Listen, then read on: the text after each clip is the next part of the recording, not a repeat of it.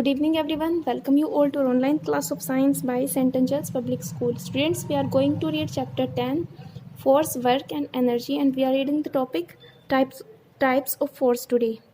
Means बलों का प्रकार. Muscular force. The force exerted by the muscular is called the muscular force. एक ऐसा बल जो मसल्स के द्वारा लगाया जाता है उसे मस्कुलर फोर्स कहा जाता है. When you lift a heavy box, you exert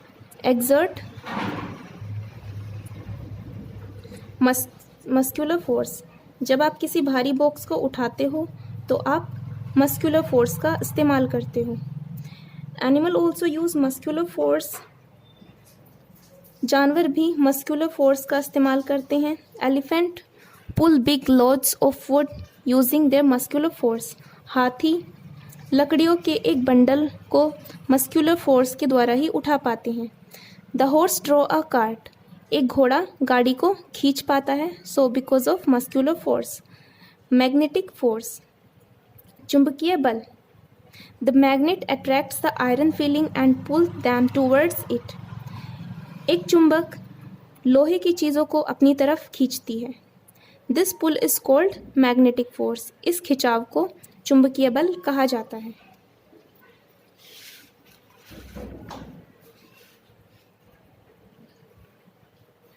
object made of iron, cobalt and nickel are attract and move by magnetic force of the magnet. Iron, cobalt, nickel की बनी हुई चीज़ें मैग्नेटिक फोर्स के द्वारा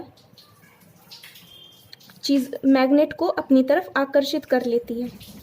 gravitational force. गुरुत्वाकर्षण बल.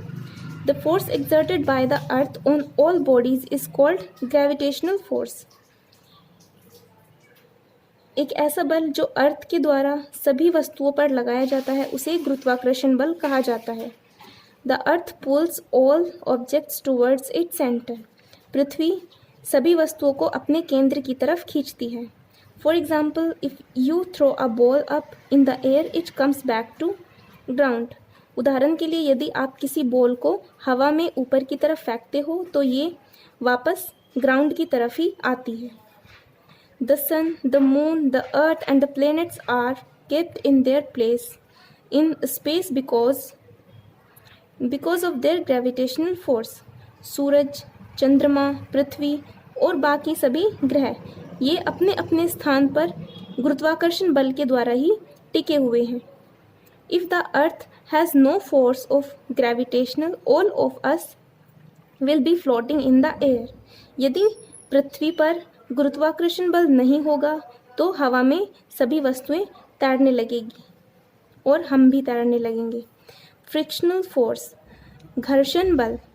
Some force has been exerted by the ground on the ball to stop it. कुछ बल ग्राउंड के द्वारा लगाया जाता है किसी मूव करती हुई बॉल पर. किसी मूव करती हुई बॉल को रोकने के लिए एक ग्राउंड के द्वारा भी एक बल लगाया जाता है. This force is called frictional force. इस बल को घर्षण बल कहा जाता है. A ball moving on the ground comes to rest after moving through some distance. एक मूव करती हुई बॉल कुछ दूरी को तय करने के बाद अपने आप ही रुक जाती है. When two surfaces slide over each other, the force which oppose the motion is called friction. कोई दो वस्तुएं जब एक दूसरे से स्लाइड करती हैं, एक दूसरे के अपोज घिसती हैं तो उनमें गति पैदा होती है जो उसको रोक देती है. इसे फ्रिक्शन कहा जाता है, इसे घर्षण कहा जाता है. जैसे कोई दो वस्तुएं एक दूसरे के अपोजिट में फोर्स लगा रही हैं तो ग्राउंड हमेशा उस चीज़ को रोकने की कोशिश करता है. तो इसे ही जो ग्राउंड के द्वारा फोर्स लगाया जा रहा है इसे ही फ्रिक्शन कहा जाता है. फ्रिक्शन डिपेंड्स अपॉन रफनेस और softness of the surface in contact. घर्षण जो वस्तु संपर्क में आ रही है उसकी कोमलता और कठोरता पर निर्भर करती है. There is less friction between smooth surface than between rough surfaces. यहाँ पर कोमल सतह के मुकाबले कठोर सतह पर ज़्यादा घर्षण बल होता है। Elastic force, when a force is applied on a rubber band it expands. जब एक रबर बैंड पर फोर्स लगाया जाता है तो यह फैलती है। When the force is released, it comes to its original shape and size। और जब बल लगाना बंद कर दिया जाता है तो यह अपने वास्तविक आकार और आकृति में आ जाती है। This is due to elastic nature of the rubber band। यह रबर बैंड के इलास्टिक नेचर के कारण होता है। When it comes back to its original size and shape, it releases a force called elastic force।